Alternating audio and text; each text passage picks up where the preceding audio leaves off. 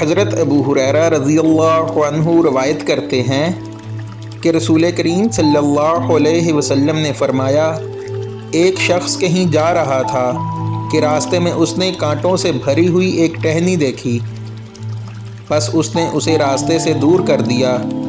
اللہ تعالیٰ صرف اسی بات پر راضی ہو گیا اور اس کی بخشش کر دی۔ پھر آپ صلی اللہ علیہ وسلم نے فرمایا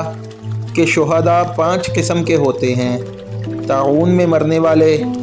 پیٹ کے عارضے یعنی ہیضے وغیرہ میں مرنے والے، اور ڈوب کر مرنے والے، اور جو دیوار وغیرہ کسی بھی چیز کے نیچے دب کر مر جائے، اور اللہ تعالیٰ کے راستے میں جہاد کرتے ہوئے شہید ہونے والے۔ اور آپ صلی اللہ علیہ وسلم نے فرمایا کہ اگر لوگوں کو معلوم ہو جائے کہ پہلے اذان دینے اور پہلی صف میں شریک ہونے کا ثواب کتنا ہے، تو پھر اس کے سوا کوئی چارہ کار نہ ہو کہ قرعہ ڈالا جائے اور لوگ ان کے لیے قرعہ ہی ڈالا کریں۔